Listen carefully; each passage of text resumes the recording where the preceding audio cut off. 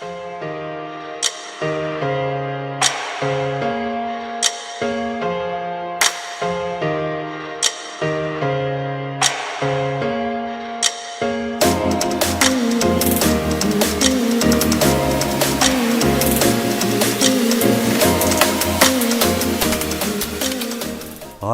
Hier is ons. hier is ons. En ek moet jou sê, dit gebeur nie baie nie. Ek praat met slim mense. Okay.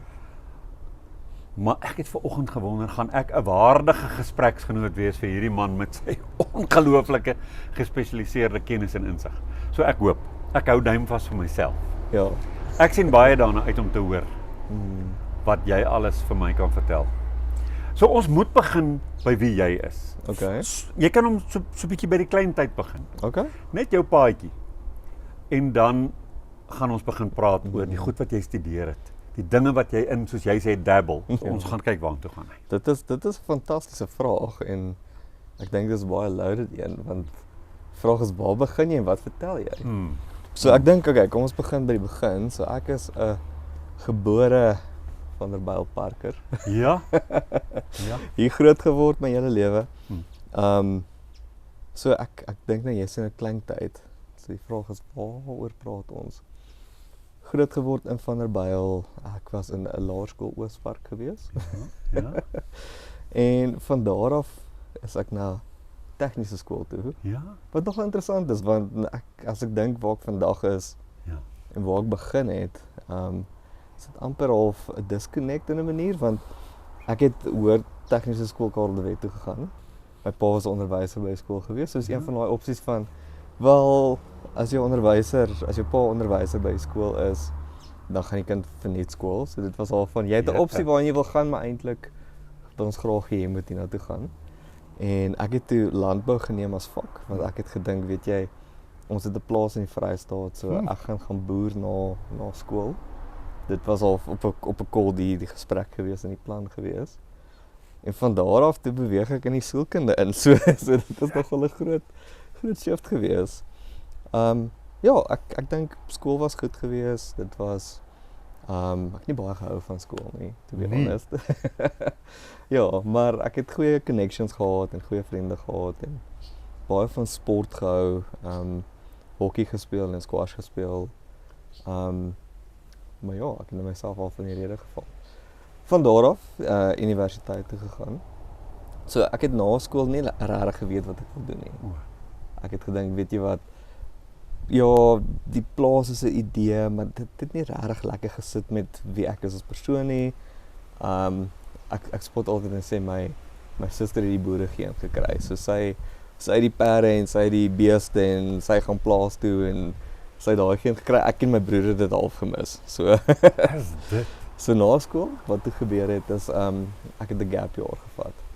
Ek het eers uitgefigure wie is ek en waarvan hou ek en op 'n koel bietjie my suster gehelp, sy het 'n perdryskool, so harde arbeid gedoen.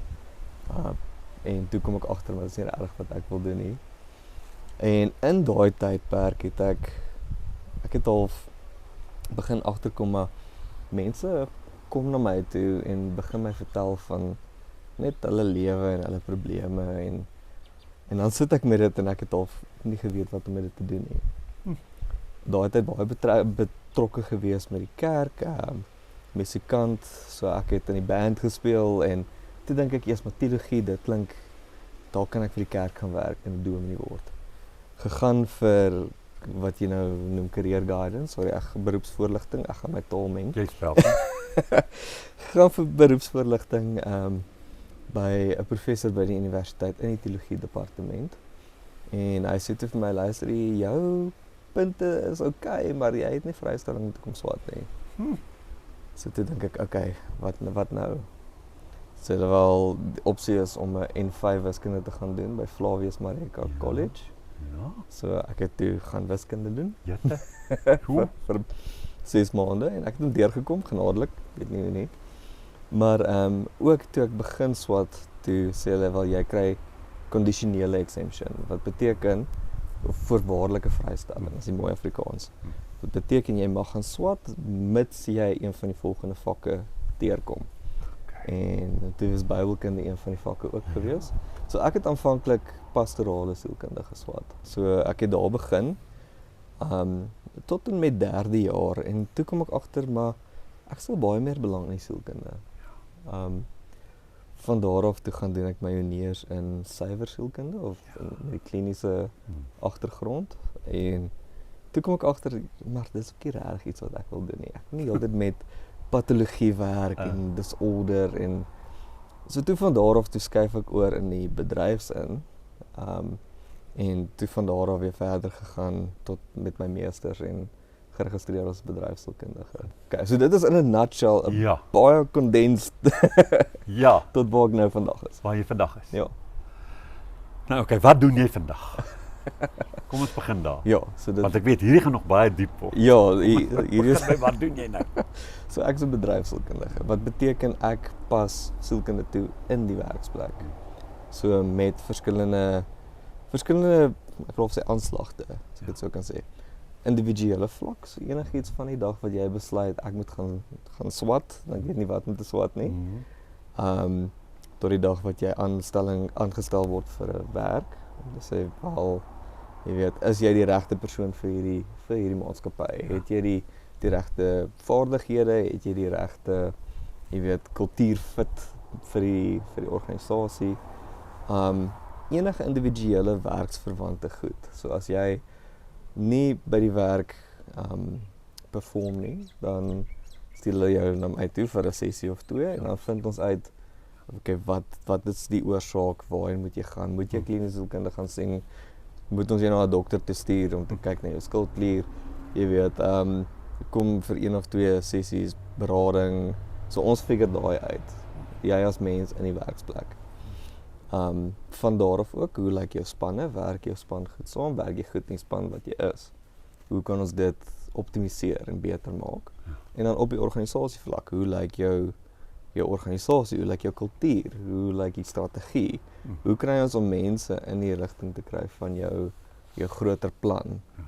So dit is in 'n neutedop wat jy doen. Wat ek doen. So en dit is vir jou baie bevredigend. Ja. Want soos wat ek nou hoor, werk jy met 'n mens se konteks werksgewys, dit wat hy kan doen en nie kan doen nie. Jy werk met sy sosiale konteks daar.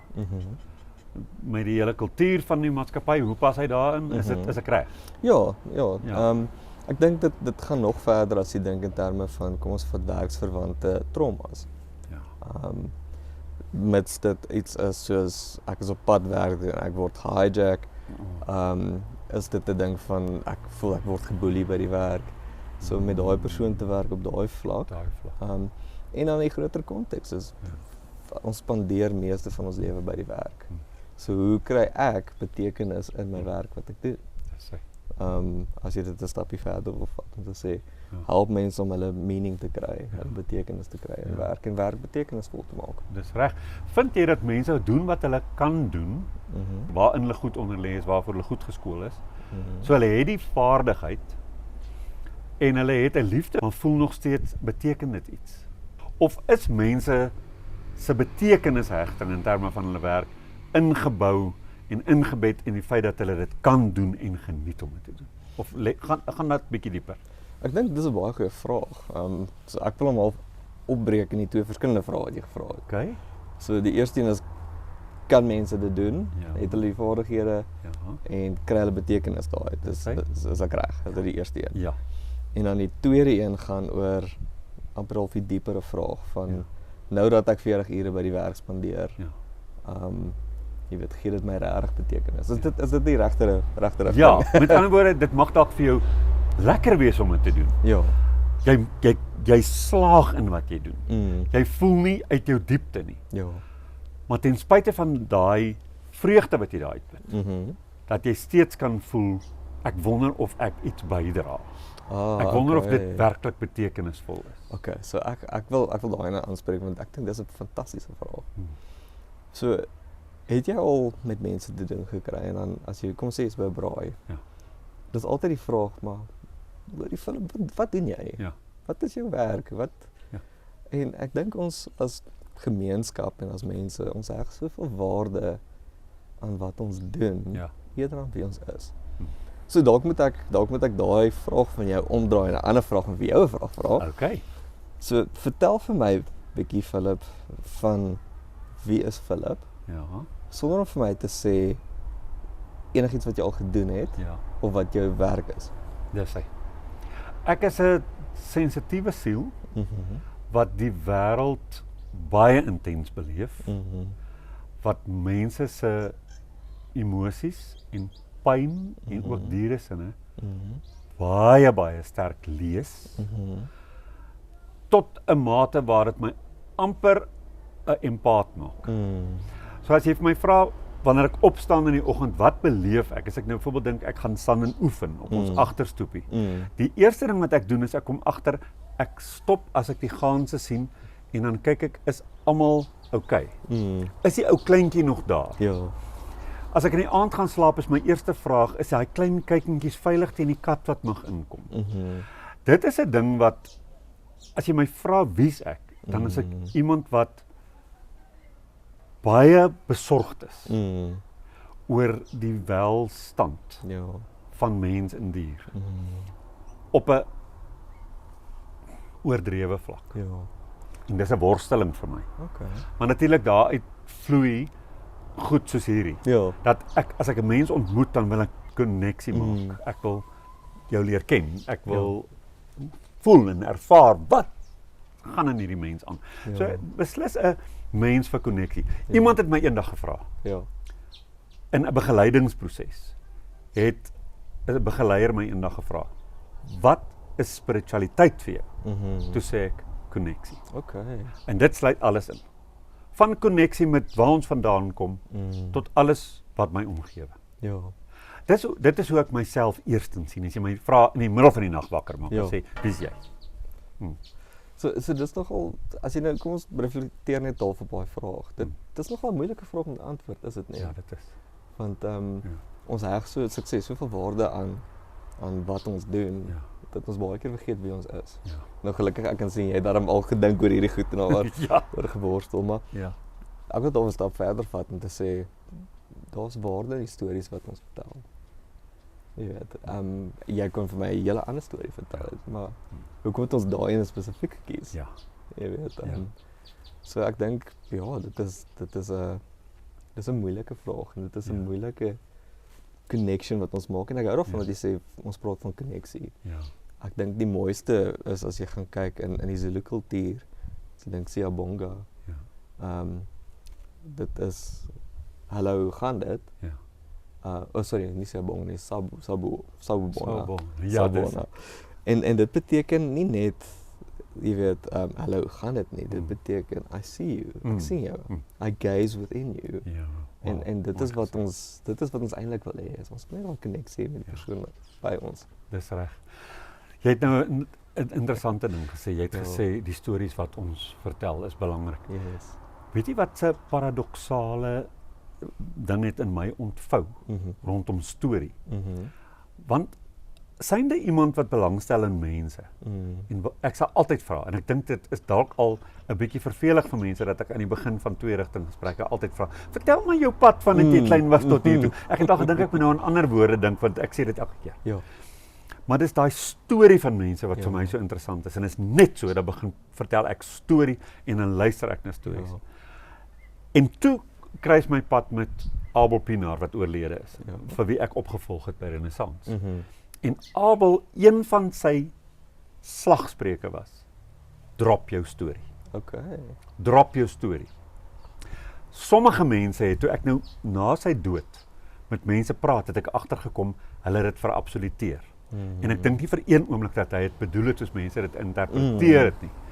Ek het byvoorbeeld 'n tekening wat hy gemaak het, en hy het geskryf so rond bo om die tekening in 'n koepel, het hy geskryf, peace is who you are without a story.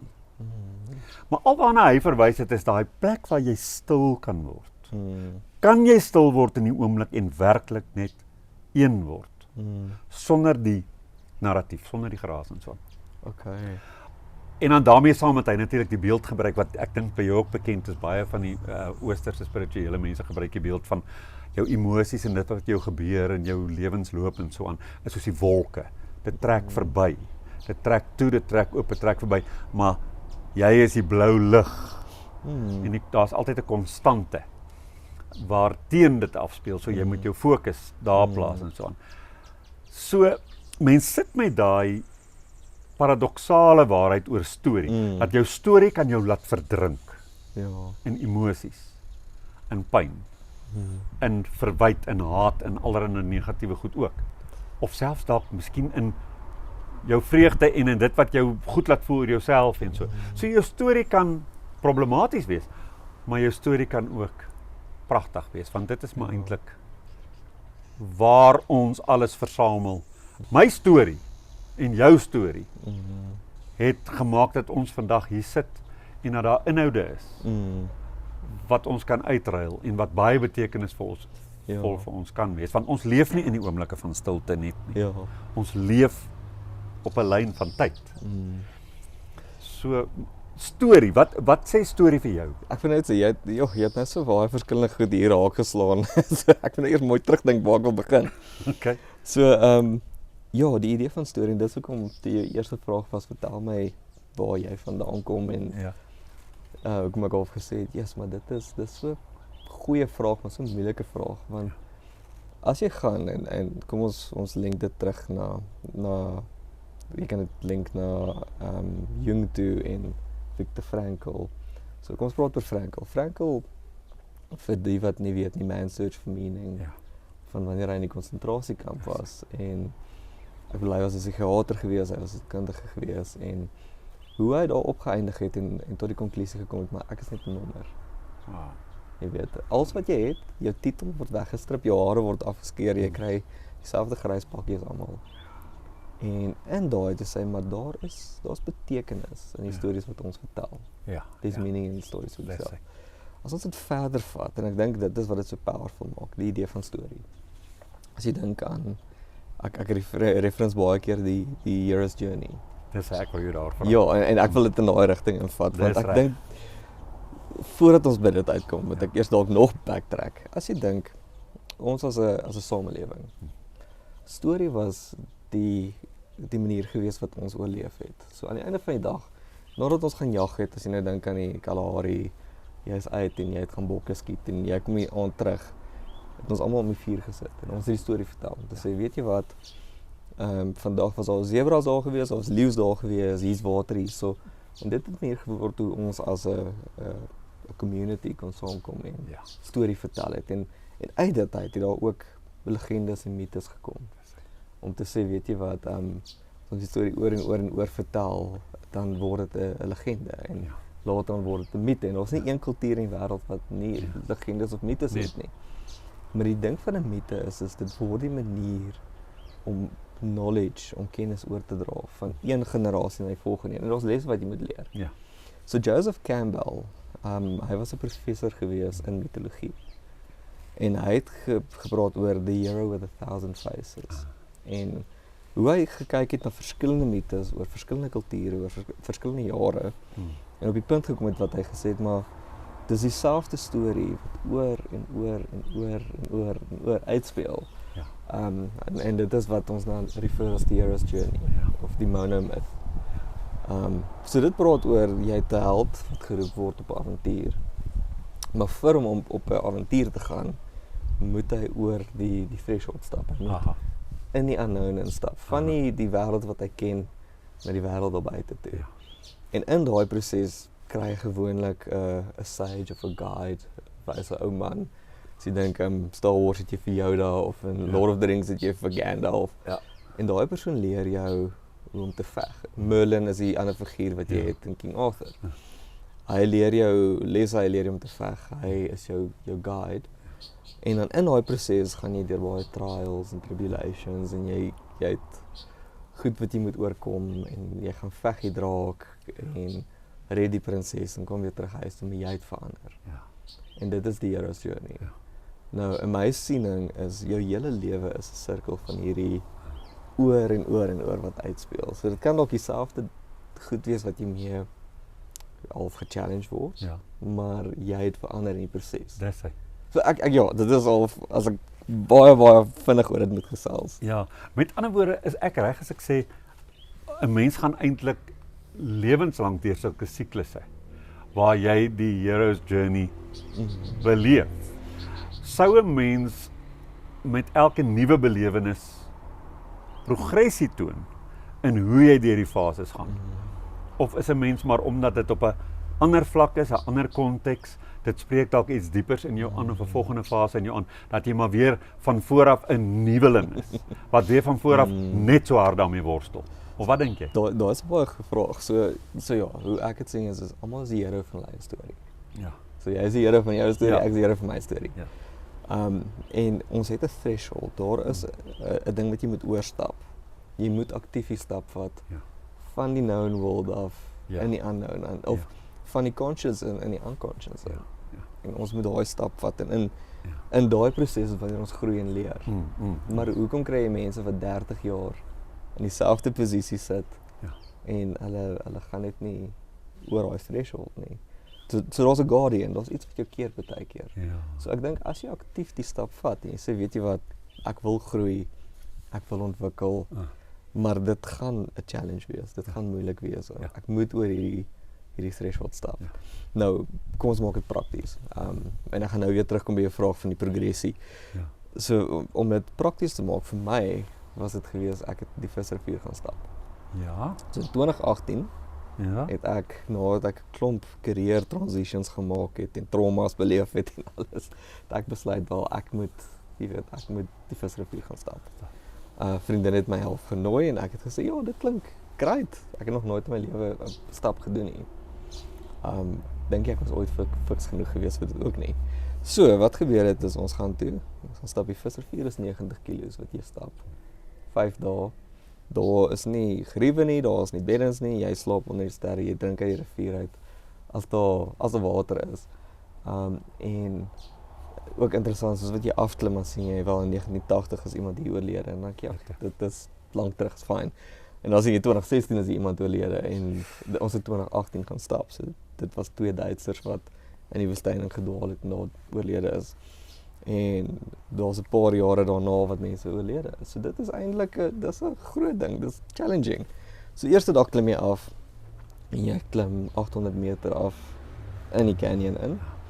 En dis ook interessant want jy is onder die grond is bo. So al lyk dit soos 'n berg, tegnies is jy onder en die vloer is bo. En in daai proses het my eie hero's journey gebeur. Jette. Wat ek gestap het en ek moes met my eie goed gedeel het en ek moes ingekeer het en ek moes inwaarts gegaan het, gaan kyk het na wat lê daaronder. Want ek dink ons as 'n society is baie goed om onsself te distract. Jammer weer 'n keer dat ek die taal meng. Maar dit is ons het ons het 'n selfoon in ons hand en ons doom scroll en ons kyk nooit regtig wat binne gebeur nie. Tot jy iets gaan doen soos die Visrivier wat jy het nie selfoon nie, daar's nie sy nie. En jy moet jouself gaan face. So aan die einde van die hero's journey, soos wat jy dink, soos wat jy nou afgaan en jy gaan in die proses in en daar's trials and tribulations en een of ander tyd moet jy 'n draak gaan face. En partykeer is jy die draak. Jy moet jouself face daar binne. Ja. En soos wat ek uitgestap het na daai 90 kilos met 'n seer knie, is amper soos die Bybelse storie. Ek dink Worstel. ja, worstel en ek Jy loop mank daar weg. Ja, en maar daai was 'n mens in 'n transformation gewees. Nou om terug te kom. Dis hoekom ek sê ek dink jou hele lewe is 'n progressie van hierdie wat jy upward spirals het. Ja. Soos wat jy uitgaan en jy skills leer, kom jy weer terug by die village en jy het verander. Ja. Maar dit gaan nie sê wel dis nou waar ek stop nie. Die volgende een gaan weer al wees en jy kan knowledge trek van daai af. Ek dink terug te kyk na die Visrivier. Vir my was dit die dag 3. Ons het 'n kom ons sê 'n guide gehad, the Sage. Ja. Elke dag vir ons oordenking gegee het. Ja. En gesê het wel dag 3, ek kan nie die res onthou nie, maar dag 3 was surrender. En dit was jy is nou hier en jy gaan nie weer kan teruggaan nie. Jy moet klaarmaak, maar surrender. Jy is seer, dit is moeg. Jy weet jy het nog 50 kilos om te stap. But just surrender to the process. Trek daai knowledge deur, jy weet. Toe ek my M gedoen het, toe het ek daai selfde mentaliteit gebruik en sê weet jy wat, ek is nou hier, dit is baie navorsing, dit is baie werk, maar gebruik daai selfde. Jy is nou hier, gaan net deur. Ja. Ja, so ek hoop dit antwoord jou vraag. Ja, dit antwoord my vraag. Dit antwoord my vraag. Met ander woorde, daar is progressie. Want jy het geleer hoe om met hierdie proses te werk, hoe om hierdie stap te neem. Ek wil gou aansluit by iets wat jy genoem het toe jy gesê het ons met die drake moet ons nou in die oë kyk. En ons moet eintlik hierdie drake verslaan. Is dit verslaan? Ek dink face. Eintlik maar net want jy gaan hom nie altyd doodkry nie. Ja. Veral as dit oor jouself gaan. En die wêreld daar buite gaan ook nie nou jy skielik 'n lammetjie word omdat jy sterk geword het nie, jy weet. So my vraag sou wees: hoe tref ons onderskeid tussen dit wat ek in myself vierkantig in die oë moet kyk en waarmee ek moet begin werk? Ek wil eintlik 3 vrae vir jou vra. Ja. Dit is dit. Sluit dit aan by Jung se integreer die skadu? Aha. En die volgende vraag wat ek het is die buitewêreld. Hoeveel drake lê daar? Want ek weet daar's baie mense wat sê nee. Die realiteit, jou belewenis, al hierdie goed lê binne in jouself. Ja. Dit is 'n refleksie van jouself. Alles is 'n spieelbeeld van jouself. Vir my intuïsie voel dit is te eensaidig.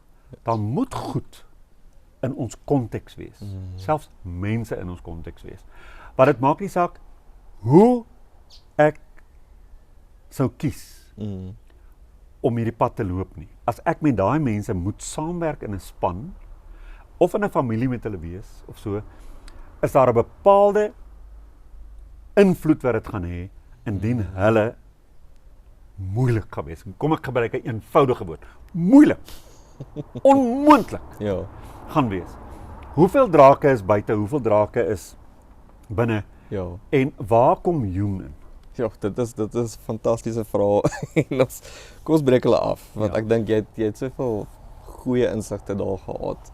Kom ons begin oor, het jy al gehoor van die storie van Billy and the Dragon? Ek dink ek ken jy laas oor hom so gesels. So kom ons praat 'n bietjie oor Billy and the Dragon en ek weet soos Jordan Peterson het 'n baie nice podcast oor dit ook gedoen, maar ek gaan die storie net reiterate. Dit gaan oor Billy wat die oggend wakker word en daar's 'n draak in sy kamer. En hy's so groot soos 'n katjie. En hy kom af onder toe en hy sê vir sy ma, daar's 'n draak in my kamer. En maar sê daar's niks soos 'n draak nie. Volgende oomblik groei die draak. Hy raak bietjie groter. Ja. En soos wat die dag aangaan sê hy weer, maar ek is nou honger en ma maak van pannekoek en hy sê wel, kry die draak nie enige pannekoek nie, maar sê daar's niks soos 'n draak nie. Ja. En die draak het al sy pannekoek op en hy dink wel, ek is regtig honger gewees in elk geval, dis okay. En later dan raak die draak so groot dat hy oor sy ster moet klim om na die volgende vertrek toe te gaan, tot hy so gegroei het dat hy weghardloop met die ys op sy rug. Dit is nou weer baie kort weergawe van die storie. Ja. Dis 'n kinderstorie. Maar kom ons vat dit terug na mitologie toe, maar in 'n geval, die draak is baie keer goed wat ons nie wil gaan face nie. Ja. En die maar wat ignore die draak daar is elke keer wat hy groei. Dink aan as jy 'n agterstallige rekening het. Ja. En jy los hom. En hy word groter en compounded interest. So die idee van die draak is dit is iets wat al lê wat ons baie keer moet gaan face. Ja. En dit is dalk goed binne in onsself. Waar dit inkom met Jung se integrasie is die draak is die skadu, die shadow. Ja. Die shadow side is die donker kant van ons persoonlikheid. Dit is die donker kant van die goed wat al lê, wat ons nie wil gaan face nie. Ja. En hoe meer helder die lig, hoe groter die skaduwee. Ja. Maar die skaduwee kan ook jou unmet potential wees. Dit kan wees goed wat al lê, wat ek moet gaan ontwikkel en wat ek moet na gaan kyk. Ja. So baie keer is as ons gaan praat oor die integrasie en van Jung, dan gaan dit oor die plek wat jy nie wil heen gaan nie, is waarskynlik die plek wat jy heen moet gaan. Regtig? Ja. Dit is waar jy moet gaan om transformasie te kan. Jy wil nie daar gaan. Nee, dit is nie lekker nie. Om te ontwikkel is nie lekker nie. Ons ignoreer dit. Ons ignoreer daai draak. En ons los hom daar. Ons wil nie nou met hom deel nie. Goed. Maar dit gaan oor as jy wil groei en ontwikkel as 'n persoon. En dan moet ons toe gaan. En baie keer het jy 'n sage nodig en ek dink dis die rol wat die sielkundige baie keer vertolk. Ja. Dus om te sê, Ja. so trots die archetypes, jy is al die hofnar. Dis hy. Om te sê, weet jy wat, die koning het nie klere aan nie, en jy wys die persoon, jy moet so toe gaan. Baie keer word jou kop afgekap, en hulle wil nie weer terugkom na 'n sessie toe nie, of in organisasies, as jy 'n konsultant is, en jy sê, luister die meneer CEO, koning van jou maatskappy, jou mense is ongelukkig as gevolg van jou. Dan gaan jou kop afgekap word, maar baie keer moet ons daai rol vertolk, en dit is om mense te guide, om te sê, maar hier is draak. En nie om te verslaan noodwendig nie, maar om te integreer. Om te geïntegreer. Ja. Kan jy 'n praktiese voorbeeld gee? Dis 'n metafoor en 'n manier van dink, waarmee ek baie bekend is in die kringe waarin ek leef, is lief vir hierdie taal, Ja. van integrasie, van die skadukant. Maar ek het nou skielik terwyl ek met jou praat, so dink ek vir die eerste maal wil ek vir iemand sê, Ja. geef my 'n praktiese voorbeeld Dis, van die skadu, ja. soos wat jy gesê het, dit kan in 'n sekere sin negatief wees, maar dit kan ook positief wees. Ja. Kan jy vir my praktiese voorbeelde gee? Cool. Ek dink, kom ek gebruik myself as 'n voorbeeld. En dit is nou nie 'n verskriklike groot voorbeeld nie, maar as ek na my persoonlikheidstipe kyk, ek is baie goed om te gesels en op my voete te dink, en jy weet, as ek 'n presentation moet doen, dan gaan ek net doen dit. Jy weet. Ja. Maar die donker kant van dit is nie beplan nie, en is nie kyk na die details nie, en dit is, jy weet, stuur 'n verslag in, en dan as ek die volgende dag na hom kyk, dan sê ek, is 'n spelfout of dit. Dis die donker kant. So aan die een kant het jy, as jy iemand het wat baie sterk is met planning, of kom ons sê baie sterk is met flexible wees, en op jou voete dink, en spontaan wees, die donker kant van dit is baie keer iemand wat nie goed is met beplanning en organisering nie. Okay, so dit is, ek dink, 'n goeie voorbeeld. So, hoe sterker jy lê aan hierdie kant toe, hoe groter is die skade weer daai kant toe. Ja. So 'n strength of 'n sterkte, wat jy mee goed is 'n strength tot jy dit oorgebruik, dan word dit 'n shadow. Ja, hy word jou swakpunt. Ja, as jy te veel flexible is en te veel op jou voete dink en te veel nie voorberei nie, gaan dit jou een of ander tyd vang. Hoe sê die kinders, you'll wing it. Ja, ek sal dit wing tot ek dit nie meer kan wing nie. Wing it. Ja. So die integrasie sal wees om te sê, okay, ek is nou bewus van hierdie is iets wat ek nie goed is, Ja. maar dis ook 'n ontwikkelingsarea. En om dan te sê, so wat ek moet doen is ek moet hierdie kant, die planning, die organizing, die gestruktureerd wees, moet ek ontwikkel om of in die middel te wees, die integrasie te hê. So dis iets wat ek moes geleer het. Met verslae veral. As ek 'n verslag skryf nou, dan sê ek, weet jy wat, hy's klaar, ek gaan hom nie nou uitstuur nie, ek gaan wag tot môreoggend, gaan ek vars oor na hom kyk, ek gaan hom ran deur 'n grammar check, en dan baie keer tel ek op, okay, het ek iets gemis, so dit sal 'n baie praktiese voorbeeld wees van integrasie op daai vlak. En nou kan jy gaan kyk na diepere goed, jy kan gaan kyk na traumas, jy kan gaan kyk, baie keer, ek dink 'n baie mooi voorbeeld of analogie, ek hoop is die regte woord, is as jy dink aan, ek het nou gister actually deur dry needling gegaan. Ek weet nie of jy al ooit deur daai proses gegaan nie. So ek het 'n hulle noem dit 'n trigger finger, so my vinger raak vas baie keer. En ons het 'n vriendin wat 'n fisioterapeut is, sy's fantasties. En hier is 'n spiertjie wat styf trek. Ja.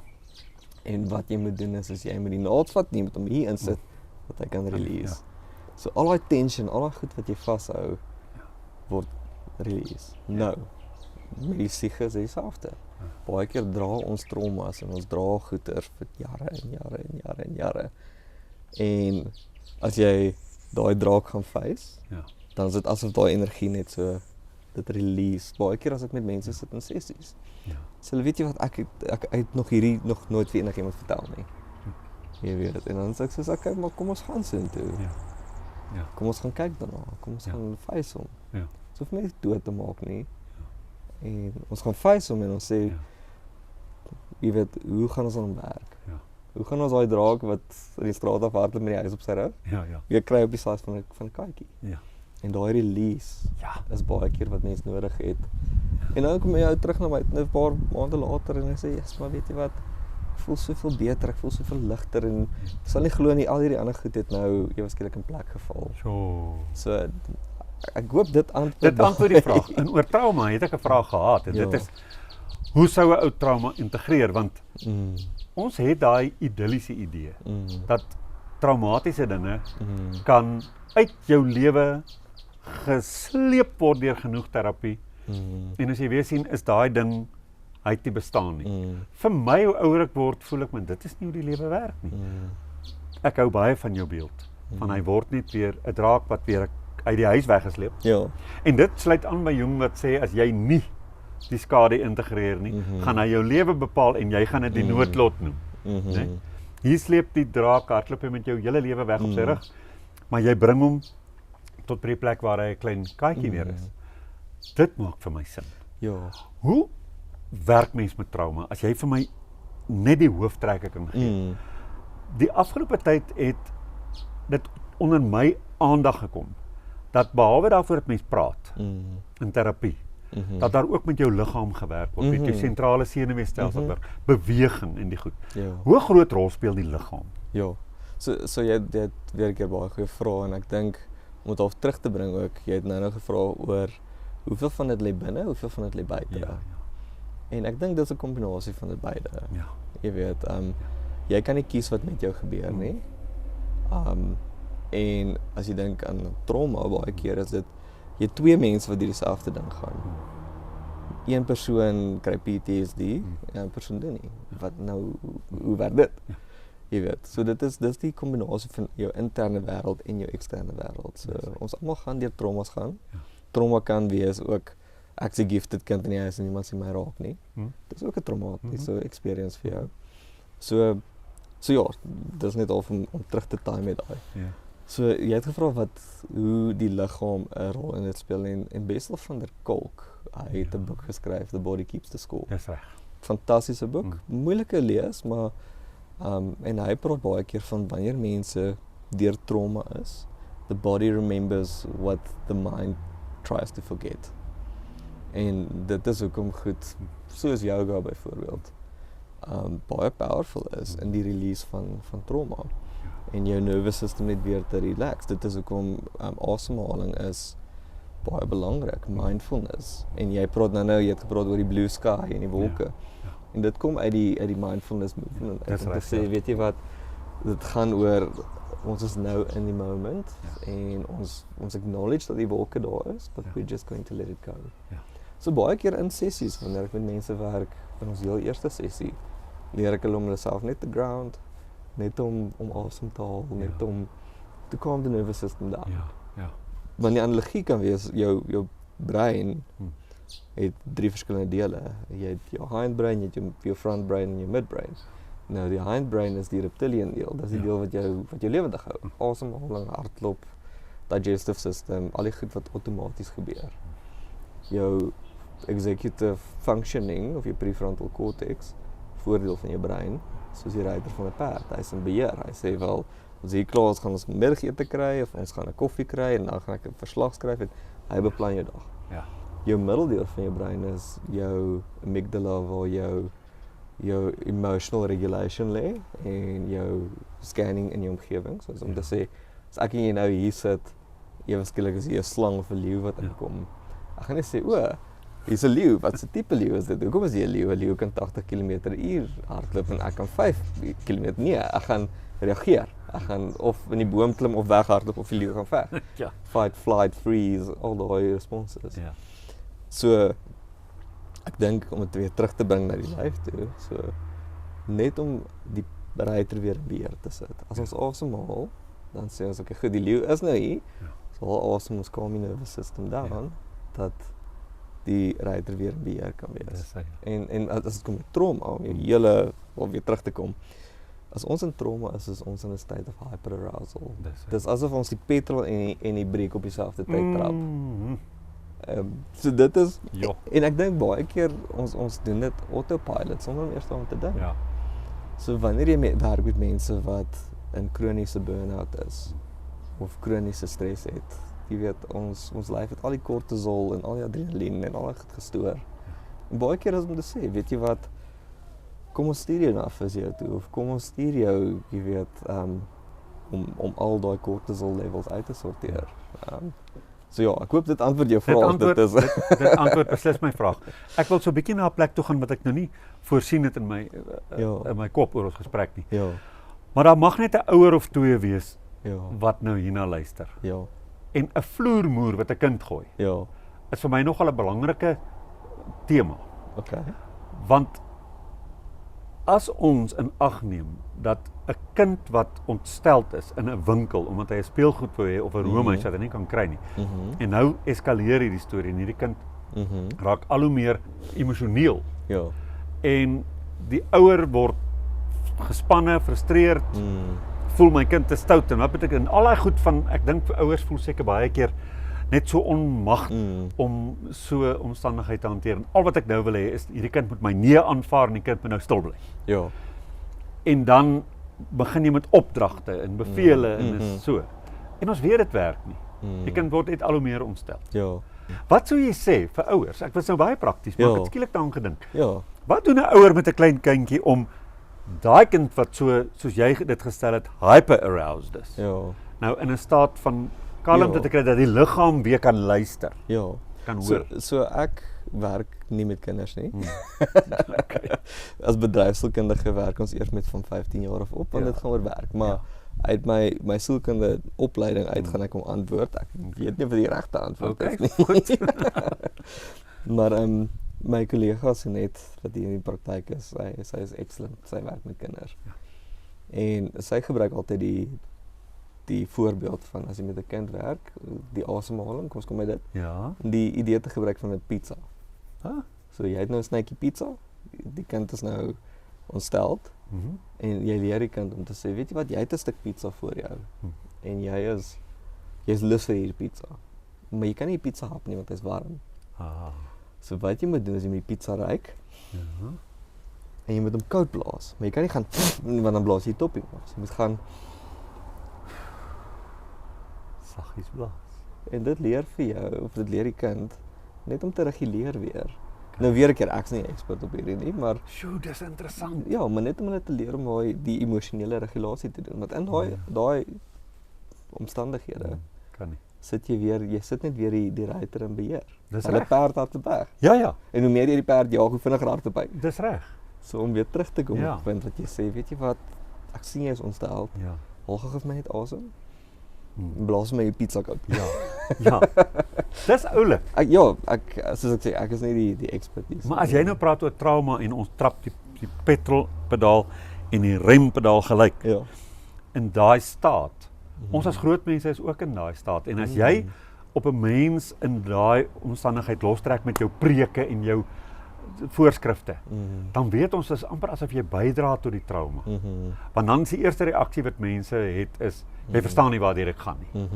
En dis eintlik wat die kind ook vir jou probeer sê. Jy weet nie hoe sleg is dit vir my nou. Ja. Jy weet. So daar is vir my iets Ja. in kom ek gaan net sê ons samelewing.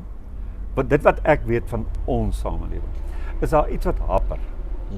Want ons is gedrag georiënteerd en daar's kodes en daar's etiek en jy moet so wees en ons wil mekaar baie vinnig weer in lyn kry.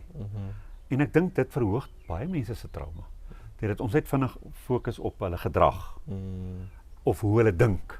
Jy dink verkeerd hieroor.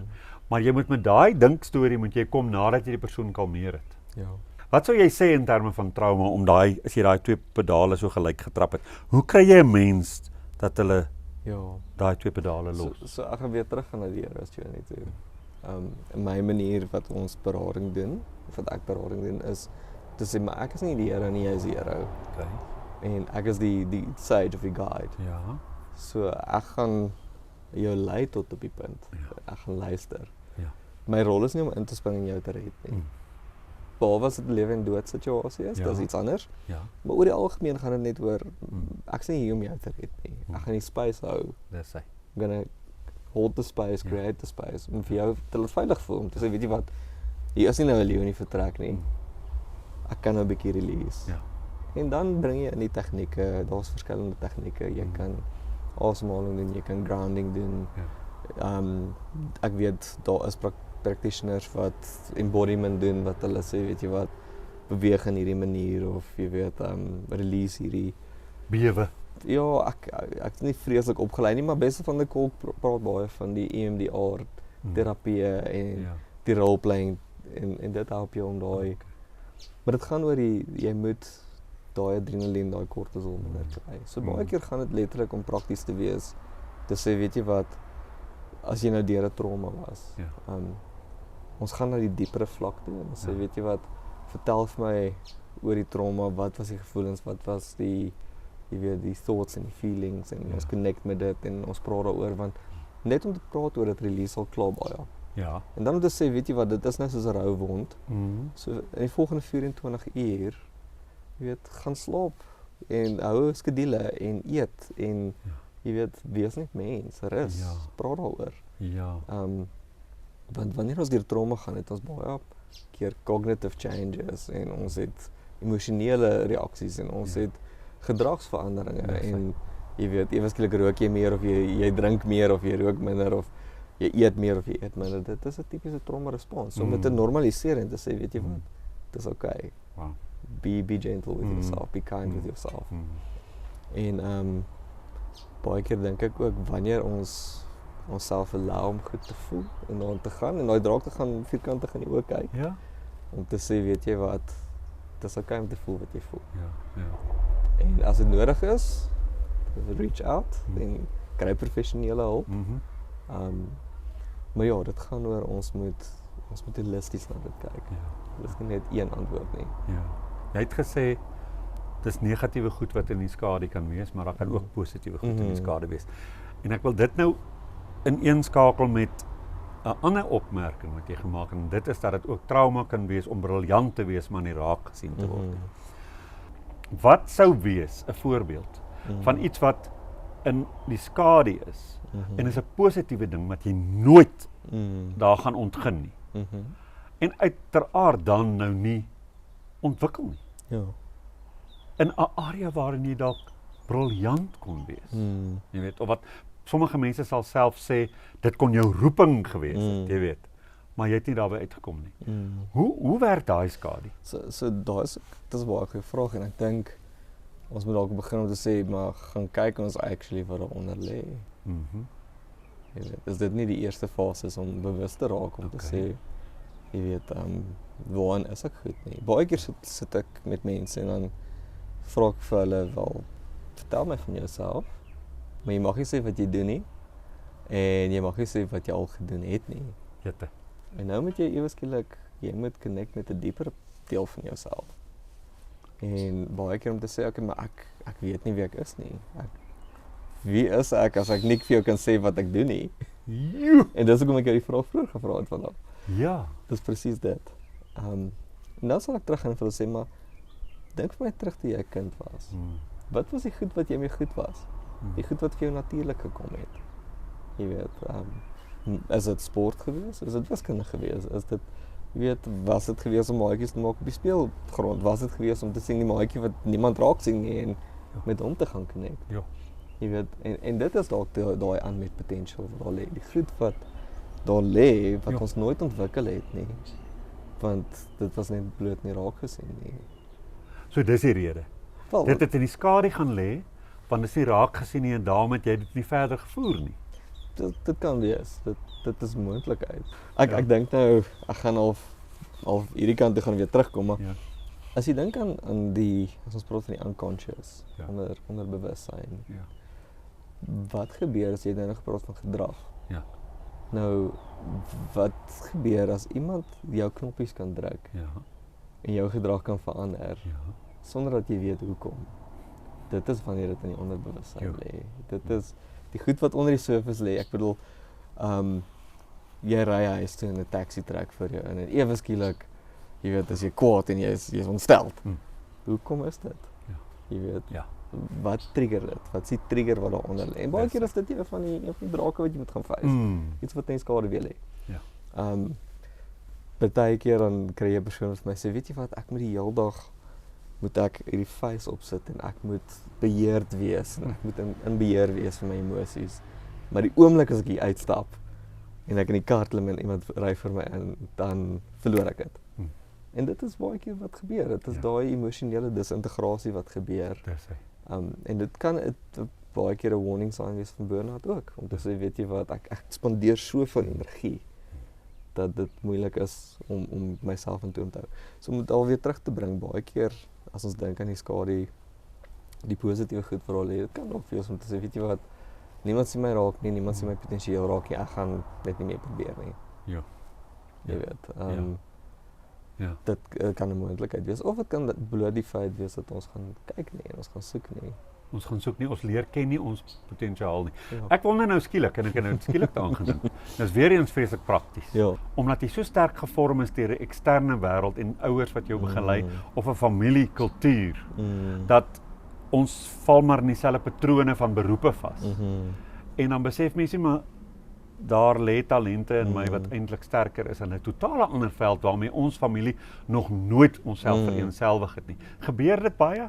Wel, dit bring dit alweer terug na daai gesprek toe van in die ou dae wat 3 beroepe gewees. Ja. Was predikant, ingenieur of Ja. onderwyser. Ja.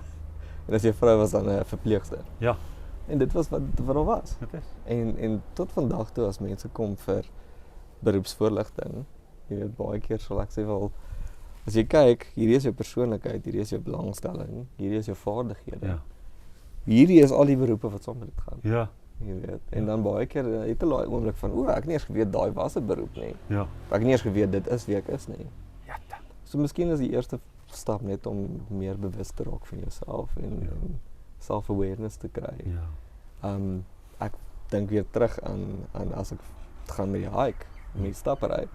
Jy weet, daar is 'n oomblik wat jy ook half agterkom, maar jy het eintlik meer strength and wisdom as wat jy van bewus is. Dis hy. Jy weet, Dis hy. so ja, ek het half my plot nou verloor. Maak nie saak. 'n Vrou vertel vir my Saterdag. Haar pa het baie sterk negatief reageer toe sy na skool vir hom sê sy wil 'n veearts word. Toe sê hy vir haar, dis 'n manlike beroep. Ek wil hê jy moet dit doen nie. Toe gaan sy oor see vir 'n jaar. Toe sy van daar af met haar pa praat, toe sê hy vir haar, ek het jou klaar ingeskryf vir aptekerswese. Jy gaan aptekerswese is wat. Toe weet sy, ag, om met haar pa te stry, beteken niks. Sy is so oud soos ek.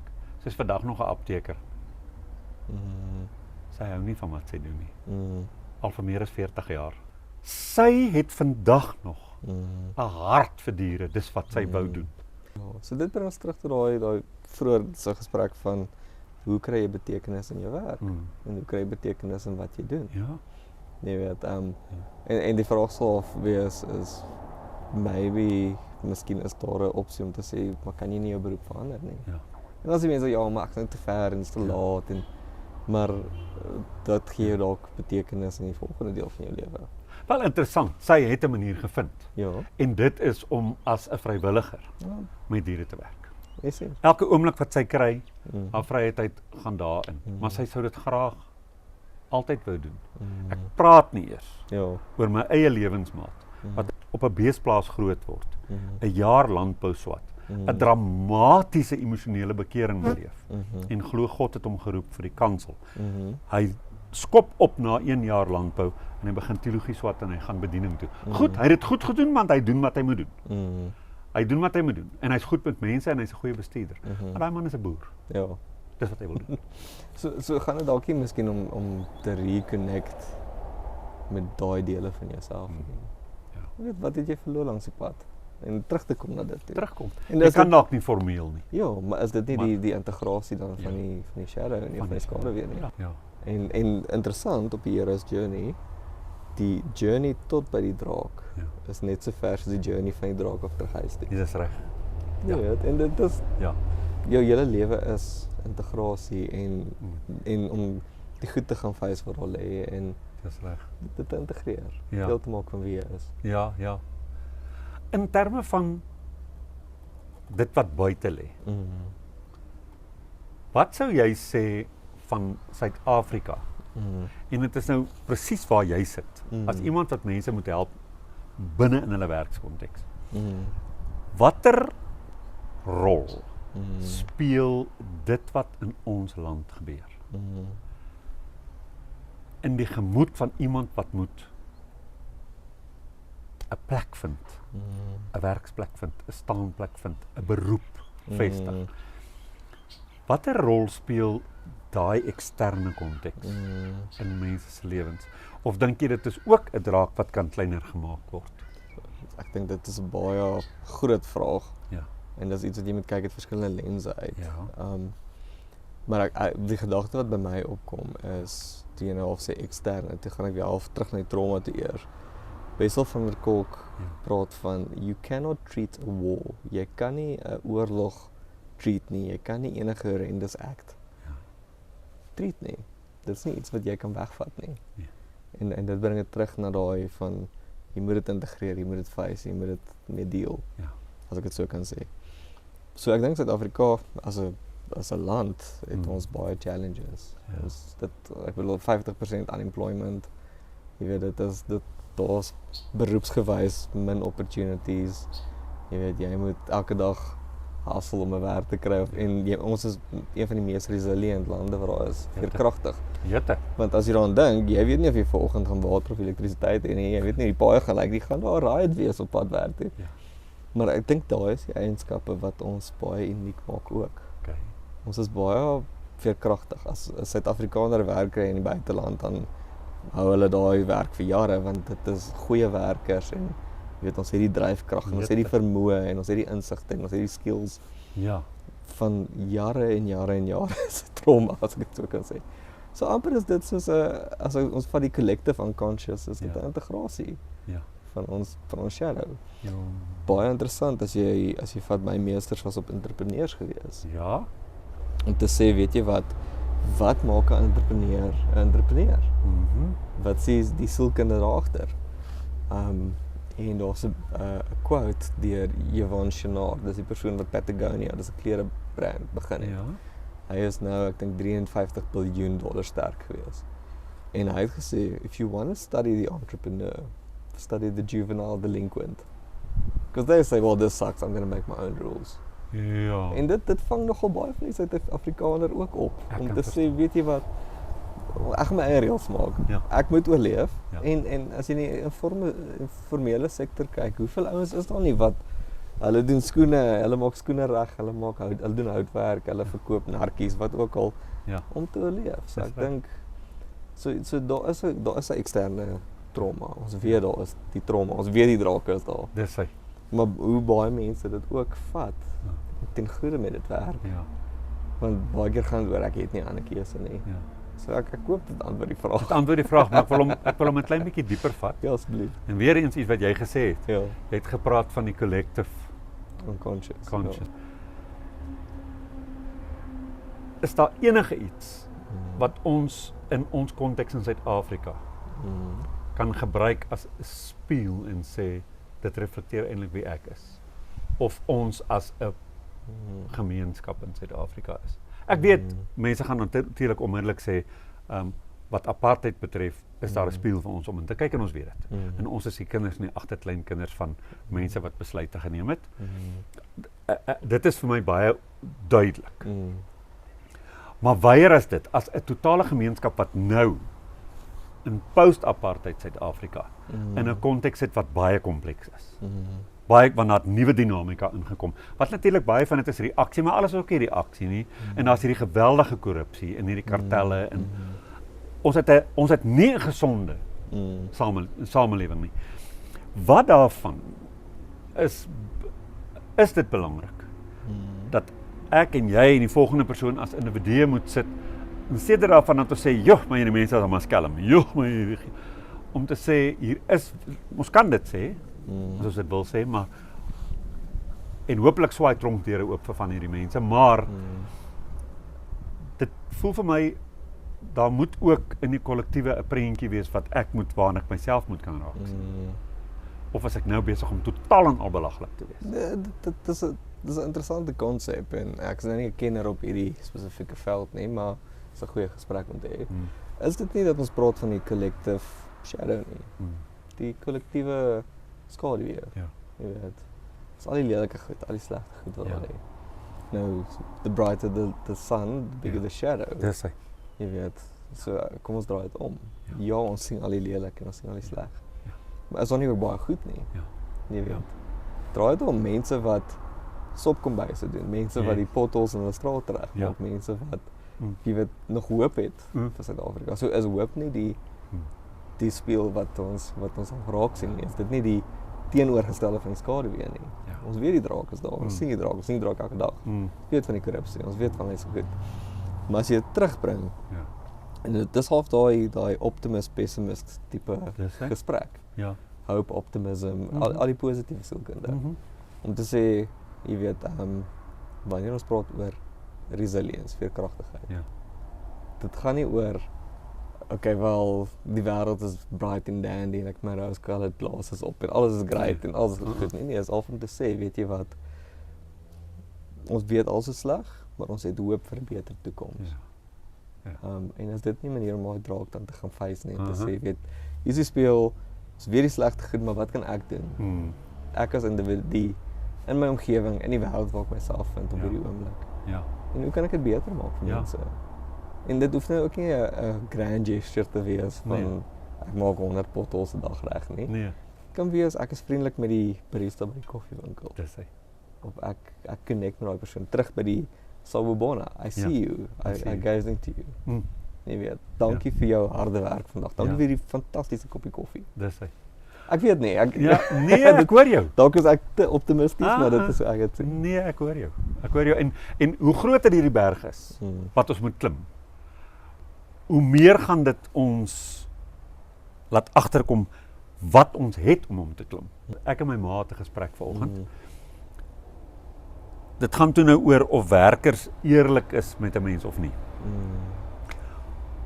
Ons het 'n werker op die plaas wie se ouers vir ons werk en toe kom hy hier aan en ons gee hom 'n kans.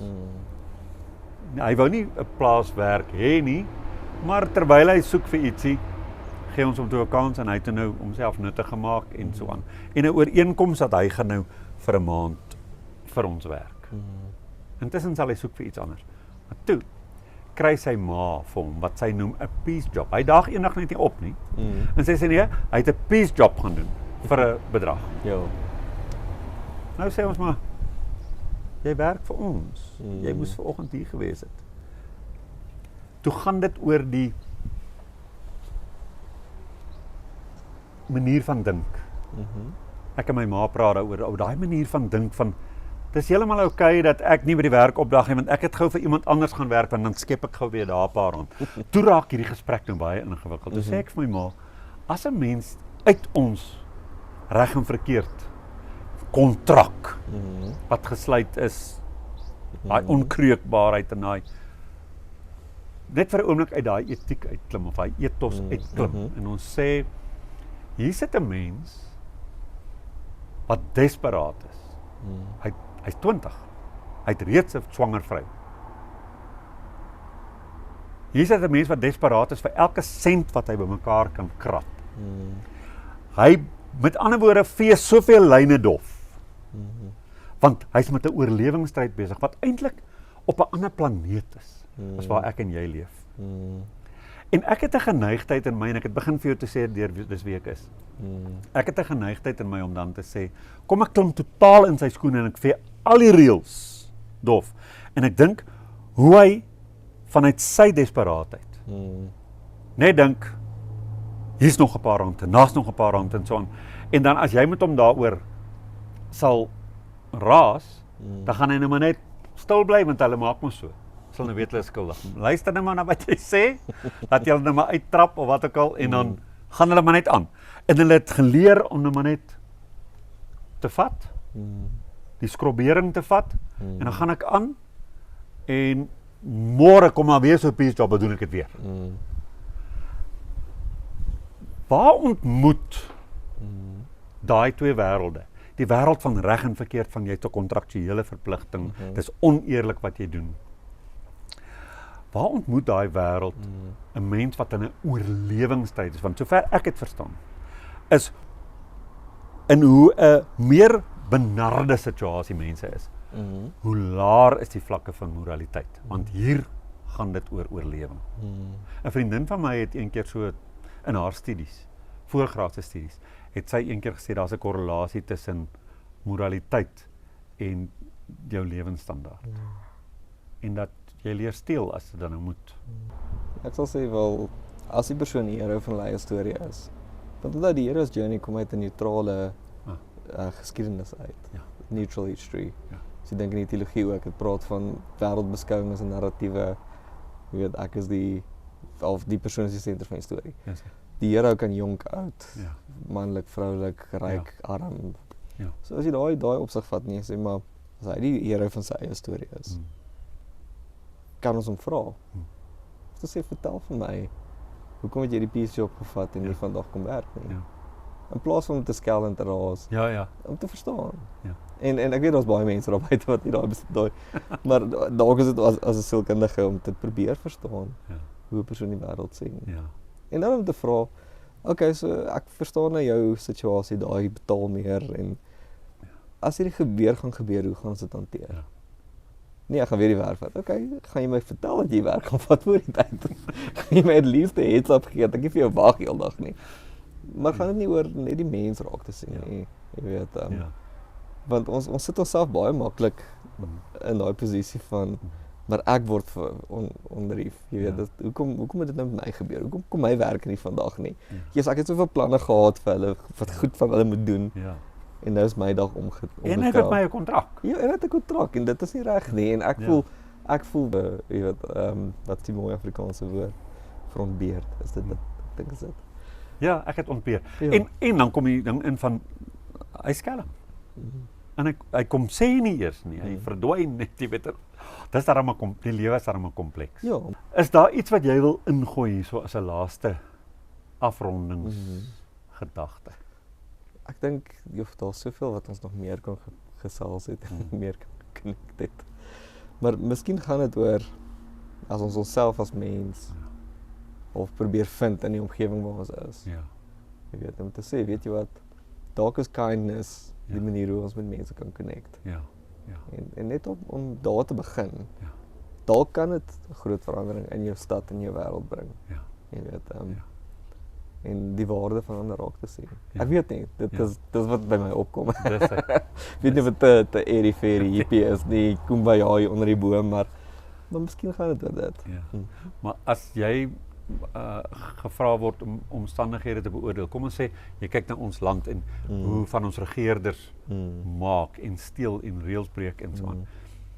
Lê jy aan die vergewende kant of is jy streng of dink jy jy's in die middel?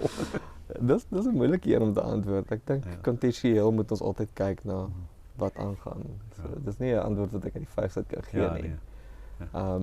Ek dink in etiek leer hulle ons baie keer om te sê, weet jy wat, maar wat is die etiese manier, die morele manier om te antwoord? Ja. Jy weet, so ja, dit is 'n moeilike een om te antwoord en ek dink daai is amper 'n gesprek op sy eie. Dit is 'n gesprek op sy eie. Baie keer moet ons die kultuur verstaan, baie keer moet ons verstaan wat die konteks is. Jy weet, dit is interessant, daar's 'n studie gewees wat praat oor hoe ryker die land, hoe meer die korrupsie. Ja. Hoe meer natuurlike jy weet, resources ons het, hoe hoër is die korrupsie. Hoe meer korrup en sleg die plek is, hoe meer religious is die mense. En dit was 'n studie wat hulle gevind het. So, as jy dink aan Mexico, as jy dink aan Suid-Afrika, as jy dink dis lande wat baie spiritueel is en baie meer religious is, maybe as gevolg van die omstandighede wat jy jouself bevind. Dis baie interessant. Jy sê baie interessante goed vir my. Dis jammer dat 'n mens moet klaar praat. Ja. Ons land het geweldige korrupsie. Ons het baie bronne, ons het geweldige korrupsie. Maar hoor hierso, het ons daarom vir jou 'n klomp gelowige mense in hierdie land. Hoe anders kan jy op 'n dag oorleef? Ongelooflik. Ja. Ja nee, dit is ongelooflik. Ja, so dit is nogal 'n interessante studie gewees wat ek gevind het en ek dink dit kom uit die boek uit AWE. Ek praat onder korreksie. Daphne, ek dink is Dagge Keltner, wat hy gaan swat het. Uit 'n sielkundige perspektief uit. Wat sê jy? Jy weet, om te kyk, gratitude all. Dis baie interessant en ek dink dis ook 'n lekker een om op te land vir 'n tweede gesprek is om te praat oor wanneer jy in die natuur is. Die self vir baie plek op in ons brein en ons is baie self gefokus. Ja. Sodra jy 'n persoon in die natuur sit en dis nog 'n studie wat hulle gevind het. Ja. Word die self kleiner. So wat hulle gedoen het is hulle het vir mense gesê, weet jy wat, gaan die natuur in en neem vir my selfies. Ja. In die begin is die selfie van my en ek, jy weet, nader. En soos wat dit progress het, na 'n paar maande, is die self baie klein en dis meer natuur. En later van tyd is dit net natuur. So hoe awe en gratitude en daai goed actually ook die self kan kleiner maak en daai effek kan hê op ons. En dis waar religion ook inkom en dit is van dit is daar's iets groter as jouself. En met dit ook, wanneer jy in die natuur is, reset jou nervous system en jy weet jy connect met die wêreld om jou. So om weer terug te bring hier is journey, my visrivier ervaring, dit is presies dit. Dit is daai jy is maar eintlik baie klein in die wêreld en daar's goed wat soveel groter is as jy. En wanneer ons in hierdie natuurlike plekke ingaan, so dit as ons amper weer reconnect met die goed daar buite, die goed hier binne, dele van jouself. My voete is seer, ek voel my voete weer vir eerste keer in 'n lang ruk. Ek het nooit gedink my voete raak seer as ek loop nie, maar ewe skielik is dit daar. Of ek te blaas of ewe skielik kom ek agter, maar hierdie koppie koffie wat ek nou maak, is die lekkerste koppie koffie wat ek ooit het. Ja. As ons dit terugbring in Suid-Afrikaanse konteks toe, is dit dalk ook 'n rede hoekom ons so resilient is, want hierdie is een van die mooiste lande in die wêreld. Ja. So as jy nou 'n groot prentjie wil dink. Ja. So ons wanneer ons wegbreek uit ons krisis en ons gaan lê onder die boom of ons gaan stap iewers of ons het ons wegbreek in die natuur, dan is daar 'n knoppie wat druk wat reset. Dit is vir my nou interessant hoe jy dit sê. Jy sit klim ons op die vliegtuig, ons gaan nou op vakansie, dan neem jy nou gou vir jouself af. As dit net so groot word vir jouself. Ek is op reis. En op die einde is die vakansiefoto's as jy nie meer daar nie, is net die berge en die see en die diere en goed. Mooi metafoor. Jy verdwyn. Ja, jy verdwyn. Dit is ons gewire is. Ons is gemaak in natuur vir natuur en ek dink dit is dalk ook 'n rigting om te gaan met organisasies. Te sê, weet jy wat, kom ons gaan executive span. Julle almal stres, julle almal is burnt out. Julle almal trap die petrol en die rem op dieselfde tyd. Vat jy na natuur toe om te gaan reset. Maar dan moet ons die innerlike werk gaan doen. Ek wonder wat sou gebeur as 'n maatskappy 'n groot park koop en hulle lesenaars staan onder die bome. Dit sal interessant. Ek wonder wat sou gebeur. Dit sal 'n goeie studie wees. Dit moet interessant wees. Hoorie, ek waardeer hierdie gesprek en ons gaan dit weer doen. Dankie vir dit. En ons nog baie om oor te praat. Baie dankie aan jou. Ja, dit was great geweest. Ek is bly.